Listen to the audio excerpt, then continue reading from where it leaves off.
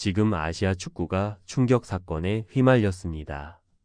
2024년 멕시코 원정에서 한국과 일본이 나란히 경기를 치렀는데요. 모두가 일본의 승리를 예상했지만 단 27분 만에 손흥민의 발리슛이 골망을 흔들며 분위기를 뒤집었습니다.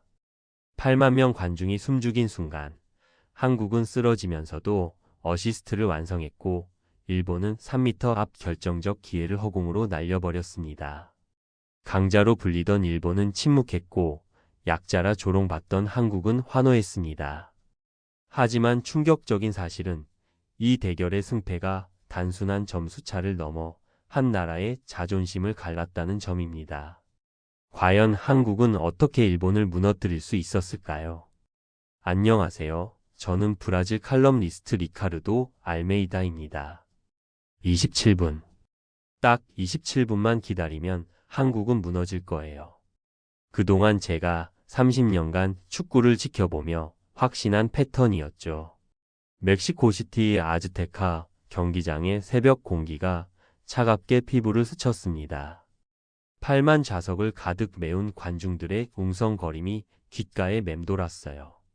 노트북 화면에는 이미 완성된 기사 초안이 떠 있었습니다. 제목은 한국도 흔들린다. 마이너스 평가전이 증명하는 한계. 브라질 최대 스포츠 일간지에서 20년째 칼럼을 쓰고 있는 제게는 너무나 익숙한 소재였죠. 한국 축구의 감정적 기복, 마지막 순간 집중력 저하, 그리고 결정적 실수들 말입니다. 기자석 주변을 둘러보니 이미 동료들이 자리를 잡고 있었어요. 유럽에서 온 파울루가 저를 보며 씩 웃더군요. 그의 표정에서 이미 예상되는 결과에 대한 확신이 읽혔습니다. 저 역시 마찬가지였죠. 5년 전 한국 투자펀드에서 300만 달러를 잃었던 기억이 떠올랐어요. 그때도 한국인들은 감정에 휘둘려 마지막 순간 잘못된 판단을 내렸었습니다. 축구도 다르지 않을 거라는 게 제 생각이었죠. 손목시계를 확인했습니다. 킥오프까지 15분. 멕시코와 한국의 평가전이 곧 시작될 예정이었어요. 일본은 내일 같은 장소에서 브라질과 경기를 갖습니다. 두 경기의 결과를 비교 분석한 칼럼을 쓰는 게 이번 출장의 목적이었죠. 기사 초안을 다시 후어봤습니다. 한국은 항상 27분을 넘기지 못한다. 집중력이 흐트러지고 수비 라인이 무너지며 결국 실점으로 이어진다. 지난 10경기 분석 데이터가 이를 뒷받침했어요. 관중석에서 태극기가 펄럭이는 모습이 보였습니다. 멀리서 온 한국 팬들의 열정만큼은 인정해야겠죠. 하지만 열정만으로는 축구를 이길 수 없다는 게 제 지론이었어요. 파울루가 제 어깨를 두드리며 속삭였습니다. 리카르도, 오늘 또 좋은 소재 생기겠는데? 저는 고개를 끄덕였습니다. 30년간 쌓아온 안목을 믿고 있었거든요. 노트북을 덮고 경기장을 바라봤어요. 조명이 켜지면서 피치가 환하게 빛났습니다. 곧 제 예상이 현실이 될 순간이 다가오고 있었죠. 파울루가 기자석에 자리를 잡으며 큰 소리로 웃었습니다. 유럽 축구 전문 매체에서 온 그는 항상 아시아 축구를 깔보는 발언으로 유명했죠. 리카르도, 자네도 한국 경기 보러 왔나? 그의 목소리에는 조롱이 섞여 있었어요. 2002년 월드컵 이후로 한국이 뭘 보여줬지? 홈 어드밴티지 없으면 아무것도 못하는 팀 아닌가. 주변에 앉은 기자들이 고개를 돌렸습니다. 스페인 마르카 기자, 독일 빌트 특파원, 그리고 프랑스 레키프 칼럼니스트까지. 모두 파울루의 말에 관심을 보이더군요. 저는 노트북 화면을 응시하며 대답했어요. 그래서 여기 온 거 아닌가. 확실한 근거를 잡으려고 말이야. 사실 속으로는 파울루의 의견에 동조하고 있었습니다. 다만 저널리스트로서 객관적 근거가 필요했죠. 한국 축구. 파울루가 커피를 홀짝이며 계속했어요. 90분을 버틸 집중력은 없어. 특히 원정에서는 더욱 그렇지. 그의 말에 독일 기자가 고개를 끄덕였습니다. 경기장 스크린에서 양팀 선발 라인업이 공개됐어요. 손흥민의 이름이 화면에 떴을 때 파울루가 비웃듯 말했습니다. 토트넘에서도 부상만 달고 사는 선수 아닌가. 오늘도 30분 뛰고 교체될 거야. 프랑스 기자가 맞장 붙였어요. EPL에서의 활약은 인정하지만 국가대표에서는 늘 아쉬웠죠. 저도 속으로 동의했습니다. 개인 기량과 팀 플레이는 분명 다른 차원이었거든요. 멕시코 팬들의 응원 소리가 기자석까지 울려왔어요. 올레 올레 올레. 8만 관중 중 절반 이상이 멕시코를 응원하고 있었습니다. 당연한 일이었죠. 홈팀이니까요. 자네 생각은 어때, 리카르도? 스페인 기자가 제게 물었어요. 한국이 멕시코를 상대로 얼마나 버틸 것 같나? 저는 시계를 확인하며 답했습니다. 27분. 딱 27분이면 알 수 있을 거야. 한국은 늘 마지막에 무너져. 지난 10경기 분석 데이터를 바탕으로 한 확신이었어요. 파울루가 손뼉을 쳤습니다. 역시 리카르도답니네. 그래, 27분만 지나면 멕시코가 골 잔치를 벌일 거야. 주변 기자 5명이 모두 고개를 끄덕였어요. 경기장 조명이 더욱 밝아졌습니다. 선수들이 터널에서 나오기 시작했죠. 저는 노트북에 첫 문장을 타이핑했어요. 또 다른 평범한 밤이 시작됐다. 하지만 그때는 몰랐습니다. 이 밤이 제 30년 저널리스트 인생을 송두리째 바꿀 거라는 사실을요. 킥오프 휘슬이 울렸습니다. 멕시코가 먼저 공을 잡고 중원에서 패스를 돌리기 시작했어요.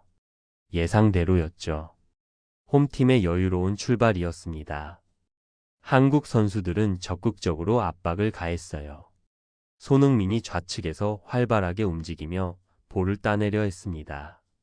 하지만 멕시코의 기술적 우위는 명확했죠. 티키타카 패스로 한국의 압박을 무력화시키고 있었어요. 15분이 지났습니다. 저는 시계를 확인하며 노트에 적었어요. 예상대로 진행 중. 한국의 초반 압박은 곧 한계를 드러낼 것.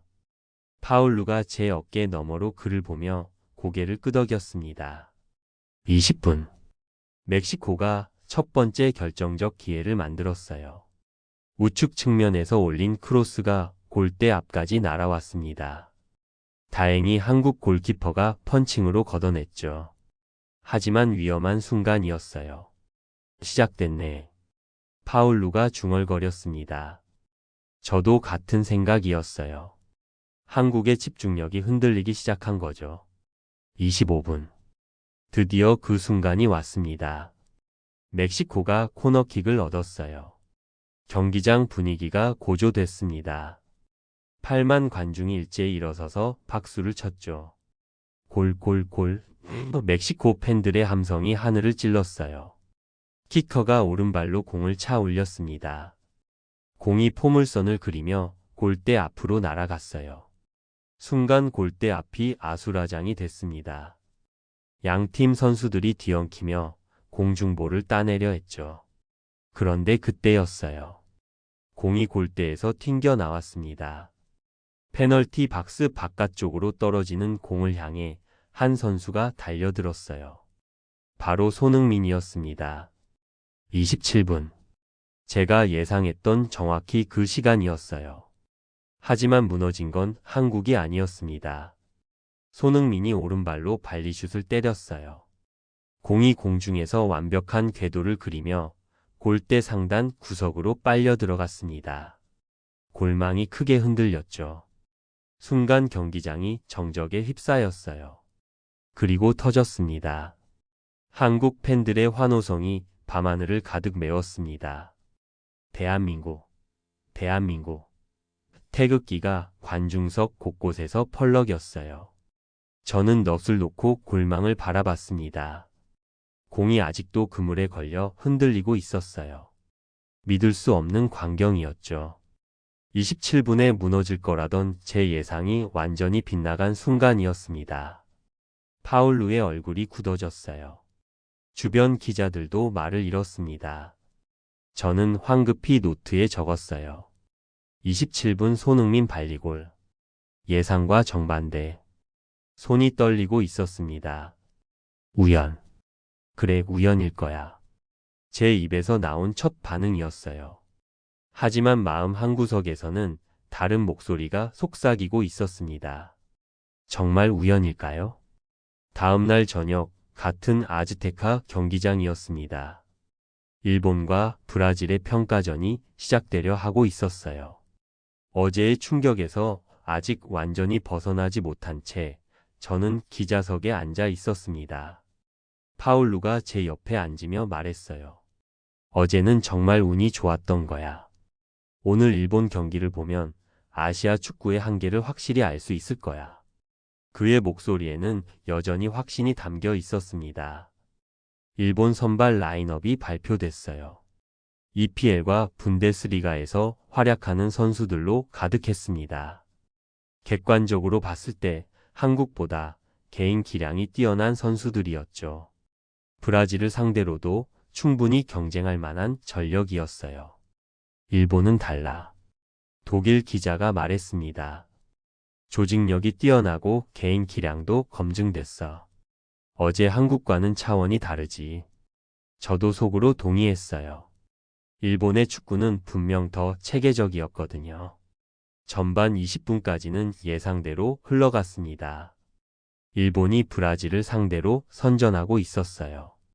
중원에서의 볼 경합도 대등했고 몇 차례 위험한 상황도 만들어냈습니다. 파울루가 제게 속삭였어요. 봐, 이게 진짜 아시아 축구의 수준이야. 그런데 25분 상황이 바뀌었습니다. 브라질이 선제골을 터뜨린 거예요. 네이마르의 환상적인 개인기로 만들어낸 골이었습니다. 일본 수비진이 완전히 농락당했죠. 관중석의 분위기가 달아올랐어요. 브라질 팬들의 삼바 리듬이 경기장을 뒤덮었습니다. 일본 선수들의 표정이 굳어지기 시작했어요. 30분. 브라질이 추가골 기회를 만들었습니다. 코너킥 상황이었어요. 어제와 똑같은 상황이었죠. 저는 무의식 중에 시계를 확인했습니다. 손흥민의 발리골이 떠올랐어요. 코너킥이 올라왔습니다. 일본 골키퍼가 펀칭으로 공을 걷어냈어요. 공이 페널티 박스 바로 앞, 정확히 어제 손흥민이 서 있던 위치로 떨어졌습니다. 일본의 미드필더가 달려들었어요. 골대와의 거리는 고작 3m. 각도상으로는 절대 빗나갈 수 없는 완벽한 찬스였습니다. 관중석에서 탄성이 터져 나왔어요. 그 선수가 오른발을 휘둘렀습니다. 발리슛이었어요. 어제 손흥민과 똑같은 상황, 똑같은 기술이었죠. 하지만 결과는 달랐습니다. 공이 골대 위로 높이 날아가 버렸어요. 관중석 3층까지 올라갈 기세였습니다. 홈런슛이었죠. 완벽한 기회를 허공으로 날려버린 거예요. 일본 벤치에서 한숨이 새어나왔습니다. 감독이 머리를 감쌌어요. 관중석의 일본 노신사 한 분이 손으로 얼굴을 가리고 있었습니다. 카메라가 그분을 잡았는데 눈가에 눈물이 맺혀 있더군요. 각도상 절대 빗나갈 수 없는 찬스였는데 파울루의 목소리가 떨렸어요. 저 역시 말을 잃었습니다. 어제와 오늘의 극명한 대조가 머릿속을 어지럽혔어요. 3m. 고작 3m 차이가 천국과 지옥을 가른 순간이었습니다. 저는 노트에 적었어요. 똑같은 상황, 정반대 결과. 축구란 정말 알 수 없는 스포츠다. 며칠 후 저는 다시 멕시코시티에 있었습니다. 한국과 멕시코의 두 번째 친선 경기가 예정되어 있었거든요. 이번에는 분석을 위해서가 아니라 뭔가 확인하고 싶은 마음 때문이었어요. 첫 번째 경기 이후 계속 머릿속을 맴돌던 의문들이 있었습니다. 정말 손흥민의 골은 우연이었을까요? 일본 선수의 실축과 대비되는 그 완벽함은 단순한 운이었을까요? 기자석에 앉아 경기장을 둘러봤어요. 이번에도 8만 관중이 자리를 가득 메웠습니다. 멕시코 팬들의 열기는 여전했지만 저번과는 다른 분위기였어요. 한국에 대한 경계심이 느껴졌죠. 전반전이 시작됐습니다. 이번에는 멕시코가 더욱 적극적으로 나왔어요. 지난 경기에서 당한 선제골의 충격이 컸던 모양이었습니다. 한국을 압박하며 높은 라인을 유지했죠.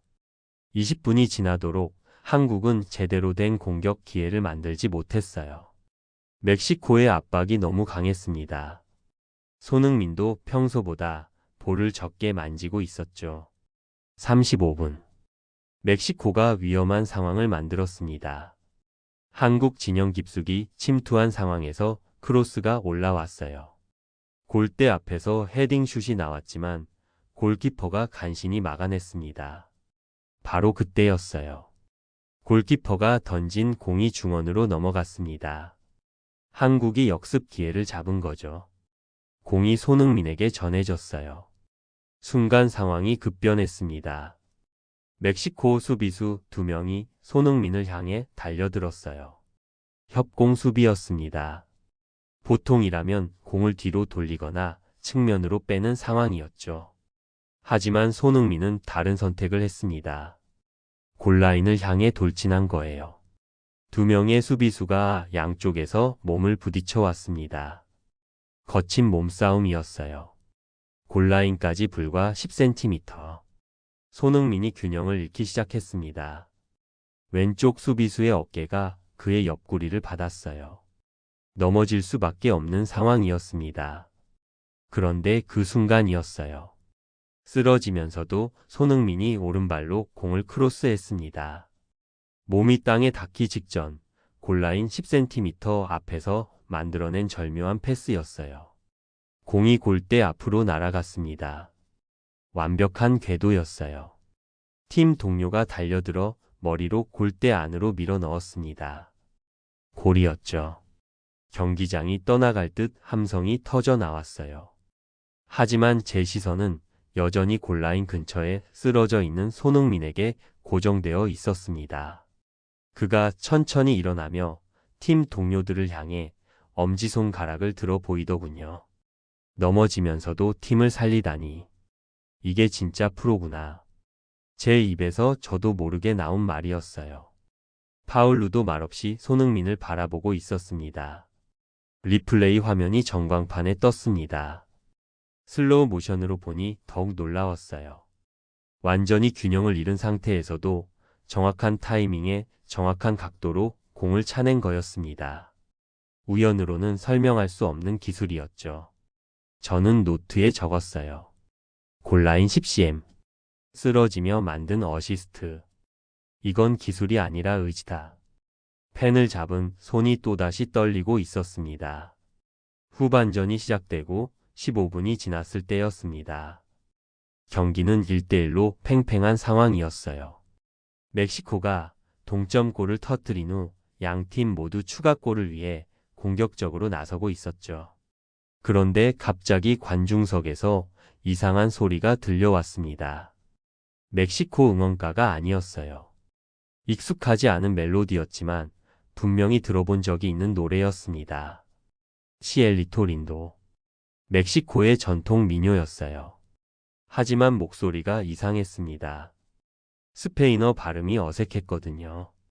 고개를 들어 관중석을 살펴봤어요. 놀라운 광경이 펼쳐지고 있었습니다. 한국 팬들이 멕시코 응원가를 따라 부르고 있었던 거예요. 태극기를 든 채로 말이죠.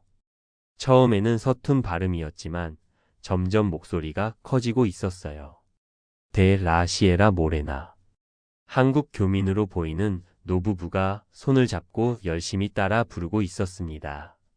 그 모습이 카메라에 잡혔어요. 할아버지의 눈가에 촉촉한 기운이 느껴졌죠. 점점 더 많은 한국 팬들이 합류하기 시작했어요. 스마트폰으로 가사를 찾아보며 따라 부르는 젊은 유학생들도 보였습니다. 어색한 스페인어였지만 그들의 진심은 충분히 전해졌어요. 멕시코 팬들이 고개를 돌리기 시작했습니다. 처음에는 당황스러운 표정이었어요. 자신들의 노래를 상대팀 팬들이 부르고 있으니까요. 하지만 곧 표정이 바뀌었습니다. 바이안도 데시엘로. 이제는 관중석 절반이 함께 부르고 있었어요. 8만 관중 중 4만 명이 하나의 노래를 합창하고 있는 거였습니다. 한국 팬들의 서투른 스페인어와 멕시코 팬들의 유창한 발음이 어우러졌어요. 경기장 분위기가 완전히 바뀌었습니다. 대립이 아니라 화합이었어요. 경쟁이 아니라 존중이었죠. 선수들도 이 상황을 느꼈는지 플레이가 한결 부드러워졌어요. 파울루가 제 팔을 잡았습니다. 리카르도 저건 뭐야? 저런 일이 가능한 거야? 그의 목소리에는 당황스러움이 섞여 있었어요. 30년 축구를 봐온 저 역시 처음 보는 광경이었거든요. 멕시코 아버지가 옆에 앉은 어린 아들에게 뭔가 설명하고 있었어요. 아이가 한국 팬들을 바라보며 신기해하는 표정이었죠. 그 아버지가 아들의 어깨를 두드리며 말하는 모습이 보였어요. 아마 저런 게 진짜 스포츠맨십이라고 설명하고 있는 것 같았습니다. 브라질에서 온 젊은 유학생 한 명이 일어서서 박수를 쳤어요. 곧 다른 중남미 팬들도 기립박수를 보내기 시작했습니다. 이제는 경기가 아니라 합창이 메인 이벤트가 된 상황이었어요. 이건 단순한 응원이 아니라 존중의 합창이야. 제 입에서 나온 말이었어요. 노트에 그 문장을 적으며 펜이 멈췄습니다. 30년간 축구장에서 본 것들이 주마등처럼 지나갔어요. 언제부터 축구가 이렇게 아름다웠던가요? 언제부터 관중석의 합창이 이렇게 가슴을 울렸던가요? 제가 놓치고 있던 게 무엇인지 조금씩 깨닫기 시작했습니다. 노래가 끝나자 경기장 전체가 박수로 가득 찼어요. 한국과 멕시코, 그 경계가 사라진 순간이었습니다. 호텔 방으로 돌아온 저는 노트북 앞에 앉았습니다. 마감 시간이 다가오고 있었어요. 브라질 본사에서는 이미 완성된 기사를 기다리고 있었죠. 화면에는 며칠 전 작성한 초안이 그대로 남아 있었습니다. 한국도 흔들린다. 마이너스 평가전이 증명하는 한계 파일명도 드래프트 실패였어요. 한국의 실패를 예상하며 지은 이름이었죠. 하지만 지금 그 제목을 보니 뭔가 잘못된 것 같았어요. 과연 흔들린 것은 한국이었을까요? 아니면 제 고정관념이었을까요? 손가락이 키보드 위에서 멈췄습니다. 30년간 써온 기사들이 떠올랐어요. 편견에 사로잡힌 분석들, 결론부터 정해놓고 끼워 맞춘 논리들. 과연 저는 진실을 써왔던 걸까요? 창밖을 바라봤어요. 멕시코시티의 야경이 반짝이고 있었습니다. 몇 시간 전까지만 해도 8만 명이 하나의 노래를 합창했던 그 도시였어요. 국경과 편견을 넘어선 아름다운 순간이었죠. 휴대폰이 울렸습니다. 편집장에게서 온 메시지였어요. 리카르도, 기사는 언제 보내나? 내일 아침 조간에 실어야 해. 압박이 들어오고 있었습니다. 다시 화면으로 돌아갔어요. 기존 기사를 읽어 내려가며 하나씩 지워나가기 시작했습니다. 한국의 감정적 기복, 마지막 순간 집중력 저하, 결정적 실수들. 모두 제 편견이 만들어낸 문장들이었어요. 새로운 문장을 타이핑하기 시작했습니다. 나는 틀렸다. 첫 문장이었어요. 30년 저널리스트 생활에서 이런 고백으로 시작하는 기사를 써본 적이 없었죠. 손이 떨렸습니다. 브라질 최대 스포츠 일간지에서 20년째 칼럼을 쓰고 있는 제가 공개적으로 제 판단 착오를 인정하는 거였어요. 경력에 타격이 있을 수도 있었습니다. 하지만 계속 썼어요. 27분에 무너질 거라 예상했던 한국은 오히려 예술적 발리골로 앞서갔다. 3m 거리에서 확실한 골을 넣을 거라 생각했던 일본은 허공으로 날려버렸다. 골라인 10cm에서 쓰러지며 만든 어시스트는 기술이 아니라 의지였다. 파일명을 바꿨어요. 드래프트 실패에서 진실을 고백하다로. 실패를 다루는 기사가 아니라 진실을 고백하는 칼럼으로 바뀐 거였습니다. 8만 관중이 하나의 노래를 부르는 광경을 보며 깨달았다.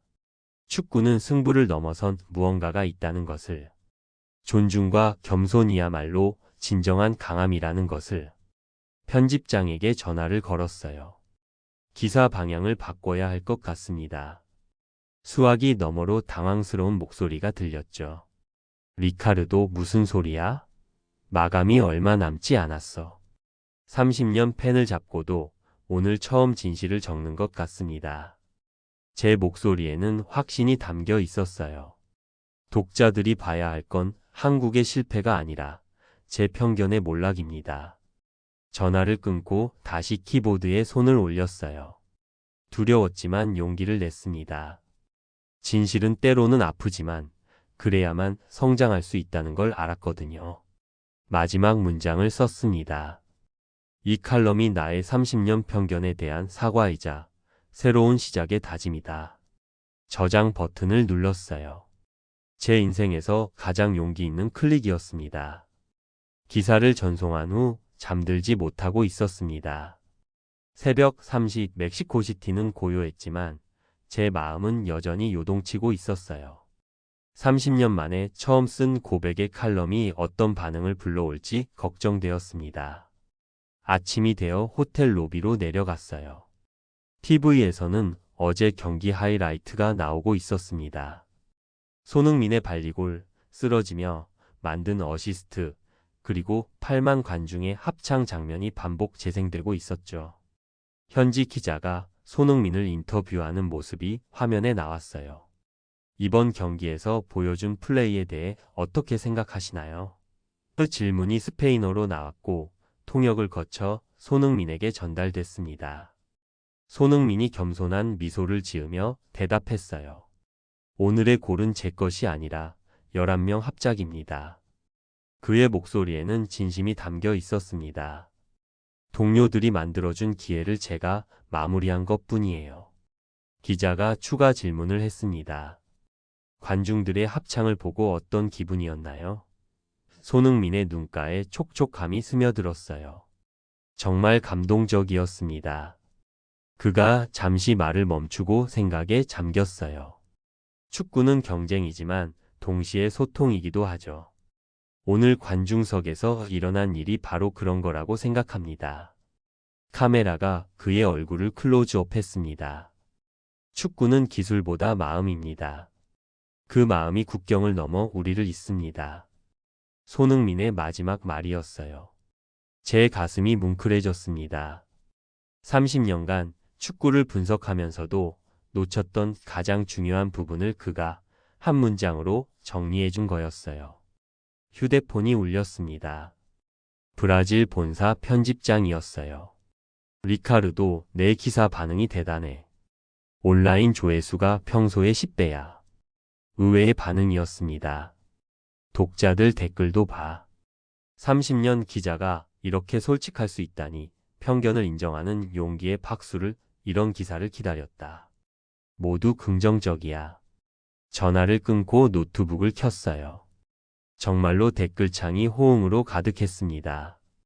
비난보다는 격려가 훨씬 많았어요. 진실을 말하는 용기에 대한 공감이었죠. 파울루에게서도 메시지가 왔습니다. 리카르도, 내 칼럼을 봤어. 나도 반성하게 되는군. 우리가 놓치고 있던 게 많았나 봐. 그 역시 변화의 신호를 보내고 있었어요. TV에서 손흥민의 인터뷰가 끝나고 있었습니다. 그의 마지막 미소가 화면에 남아 있었어요. 겸손하지만 자신감 있는, 승리했지만 교만하지 않은 그 표정 말이에요. 창밖으로 멕시코시티의 아침 풍경이 보였습니다. 어제와 같은 도시지만 제게는 완전히 다르게 느껴졌어요. 편견이라는 색안경을 벗고 나니 모든 것이 새롭게 보였습니다. 노트에 마지막 문장을 적었어요. 손흥민이 보여준 건 기술이 아니라 철학이었다. 축구를 넘어선 삶의 자세였다. 그리고 나는 비로소 진짜 축구를 보기 시작했다. 30년 만에 처음으로 제대로 된 축구 기사를 썼다는 뿌듯함이 들었어요. 앞으로도 이런 진실한 글을 쓰고 싶었습니다. 편견 없이 겸손하게 그리고 마음으로 말이에요.